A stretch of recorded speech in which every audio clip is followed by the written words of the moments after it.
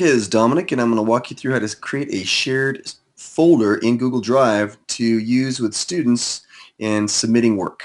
So first I'm going to go over to my new button here in my Google Drive, and I'm going to go ahead and hit new folder. I'm going to name this folder by period. So I'm going to call this my 5th period, and I'm going to go ahead and call it infographics for the name of the projects that I'm going to be capturing here. Okay.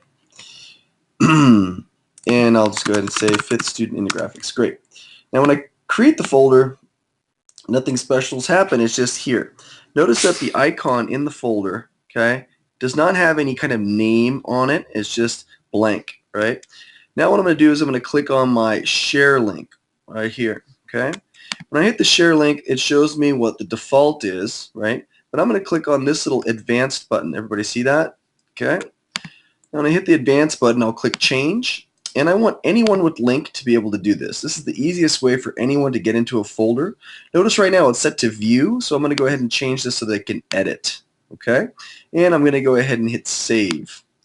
What it's just done is created a link right here. I'm going to show you how this link works. So I'm going to go ahead and select it, and I'm going to copy it, and I'll hit done. Okay, you'll notice that in a second here when I share this, and actually now that the folder no longer is just blank, it has a little icon of a person on it, and that means that multiple people have access to that folder. Okay, it's no longer a private folder.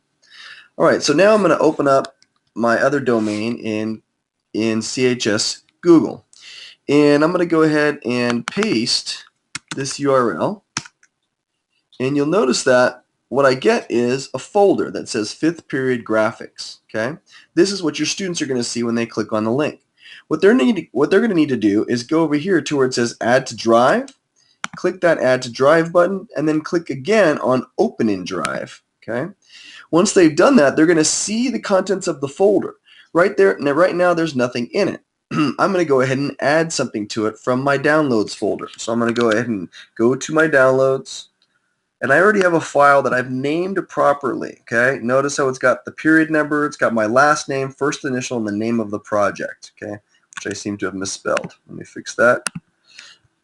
Okay, so to get it in the folder, all I have to do is drag it into here, and you'll see how now I can instantly add this.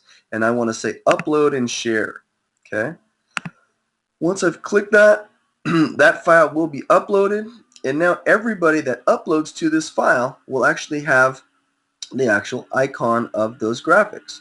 And when I hit this little thumbnail view, I'll be able to see all of the pictures that I have added for all of them. And this will essentially create a graphic. As you mentioned before, you may want to name these files 1 through 35 if you have kids breaking them down a certain way. The naming convention really has to do with how you plan on using them.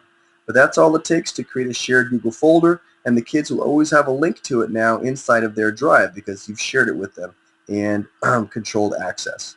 Hope that helps. Good luck.